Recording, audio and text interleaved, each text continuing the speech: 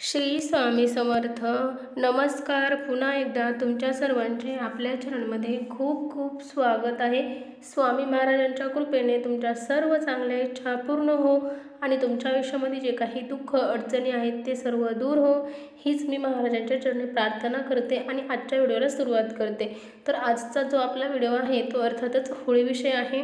म्हणजे हा एक तोडगा आपल्याला करायचा आहे. पहा, तोडगा म्हणण्यापेक्षा पहा, आता होळी ही वर्षातून एकदा येते. पहा, म्हणजेच आता ही फाल्गुन पौर्णिमेला जी होळी येते ती परत डायरेक्ट पुढच्या वर्षी फाल्गुन पौर्णिमेलाच होळी येते. मग आपल्याला हे वर्षभराचे जे आपल्या मागं दलिंद्री म्हणजे आपण पहा आपल्या मागं जे साडेसाती आपल्याला ज्या अडचणीत आणण्यासाठी म्हणजे संकट विघ्न जे आपल्यावरती असतात ते सगळे जळून खाक होण्यासाठी पहा, म्हणजे दुःखाचा आपला नाश करण्यासाठी पहा, दारिद्र्याचा नाश करण्यासाठी, दुःखाचा नाश करण्यासाठी, म्हणजेच पहा महिलांनी पहा आपल्या पतीसाठी मुलांसाठी होळीच्या दिवशी आपल्याला हा एक तोडगा करायचा आहे. पहा, कुटुंबावरील सगळे संकट होळीत जळून खाक होतील अशा पद्धतीचा आपल्याला एक उपाय करायचा आहे. पहा, म्हणजे एक तोडगा करायचा आहे. पहा, आणि खरोखर आपण जर होळीच्या दिवशी हा जर उपाय केला आणि होळीमध्ये आपलं खरोखर सगळं दुःख आणि सगळी दलिंद्री सर्व अडचणी सगळं जळून खाक होतात. पहा, जर आपण असा उपाय केला तर म्हणजेच पहा आपल्याला भरपूर वेळा सांगितलं जातं की तुमच्या घराला नजर लागली आहे, तुमच्या घराला कोणी असं असं केलेलं आहे किंवा तसं तसं केलेलं आहे किंवा असं झालेलं आहे किंवा तुमच्या घरात असा दोष आहे, वास्तुदोष आहे किंवा म्हणजे अजून काही कुठल्याही प्रकारचं नकारात्मकता आहे किंवा भरपूर असे वेगवेगळे दोष असतात पहा ते आहेत. तर आपल्याला पहा आपल्याला एक त्याच्यासाठीच एक उपाय म्हणजेच एक तोडगा करायचा आहे. पहा, आपल्याला यासाठी जास्त काही वस्तू लागणार पण नाही आहेत किंवा हे जास्त काही अवघड पण नाही, एकदम सोपं आहे. होळी तर पहा आपण पेटतो म्हणजे आपल्या घरासमोर असू द्या किंवा आपल्या कॉलनीमध्ये म्हणजे पहा सार्वजनिक होळी जी पेटवली जाते ती होळी असली तरी पण चालेल किंवा आपल्या घराच्या समोर जी आपण पेटवतो ती असेल तरी पण चालेल. पहा, म्हणजे आपल्याला पैशांसाठी म्हणजे पैशांना नजर लागलेली आहे किंवा म्हणजे असं भरपूर असतं की आपल्या घरातील माणसांना नजर लागलेली आहे किंवा आपल्या घराला नजर लागलेली आहे, तर त्यासाठीच आपल्याला हा तोडगा करायचा आहे. पहा, याच्यासाठी तुम्हाला मी सांगते की काय काय वस्तू लागणार आहेत. आपल्याला फक्त एक नारळ लागणार आहे आणि ₹1 नाणं लागणार आहे. पहा, म्हणजेच पहा आपल्याला तो नारळ आहे तो एक नारळ घ्यायचा आहे. त्याला तुम्ही सोललं तरी चालेल किंवा नाही सोललं तरी पण चालेल, आपल्याला तसा जरी घेतला तरी पण चालणार आहे. होळी ही खूप मोठी असते, होळी पेटवली त्याच्यामध्ये तो नारळ आपल्याला जळून जातो. त्यामुळं आपल्याला काय करायचं आहे, एक नारळ घ्यायचं आहे आणि त्यावरती एक शिक्का घ्यायचा आहे. म्हणजेच पहा एक नाणं घ्यायचं आहे, ₹1 नाणं असेल तर ते घ्यायचं आहे.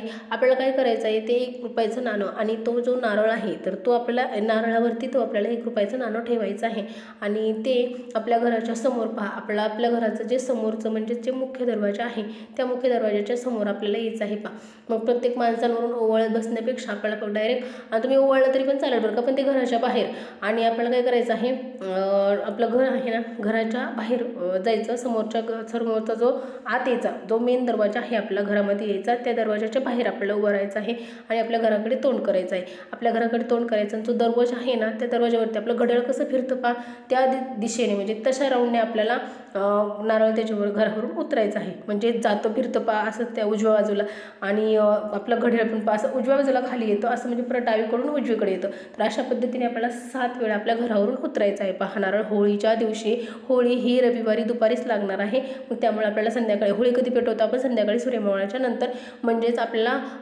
त्यावेळेला होळी पेटवल्याच्या नंतर आपल्याला घराच्या असं अँटी क्लॉकवाईज म्हणजे पहा असं पूर्ण आपल्याला 7 वेळा असं गोल आकारामध्ये म्हणजे उजव्या बाजूकडून असं डाव्या बाजूकडून उजव्या बाजूकडे असं गोल राऊंडमध्ये आपल्याला 7 वेळा उतरायचं आहे घरावरून. त्याच्यावरती तो नाणं ₹1 जे आहे ते पण आपल्याला तसंच ठेवायचं आहे. मग उतरल्याच्या नंतर आपण घरात नारळ परत तो रिटर्न आणायचा नाही आहे. आपल्या घरावरून उतरला आपण आपल्या घराची नजर काढली, आपल्या घरातले म्हणजे जे काही वाईट कटकटी अडचणी संकट जे काही असेल ते आपल्या घरावरच आपण ते ओवाळून काढून टाकलेलं आहे, तर आपल्याला ते घेऊन डायरेक्ट आपल्याला होळीमध्येच टाकायला द्यायचं आहे. मग हे तुम्ही घरातल्या स्त्रीनी म्हणजे महिलांनी केलं तरी पण चालेल किंवा घरातील पतीने म्हणजे पुरुषांनी केलं तरी पण चालेल किंवा महिलांनी केलं तरी पण चालेल. हा उपाय म्हणजे मोठ्यांनी कोणीही केला तरी हा उपाय चालणार आहे. आपल्या घरातली व्यक्ती सगळं घरात असतील तरी पण चालेल, बाहेर असतील तरी पण चालेल, असं काही नाही.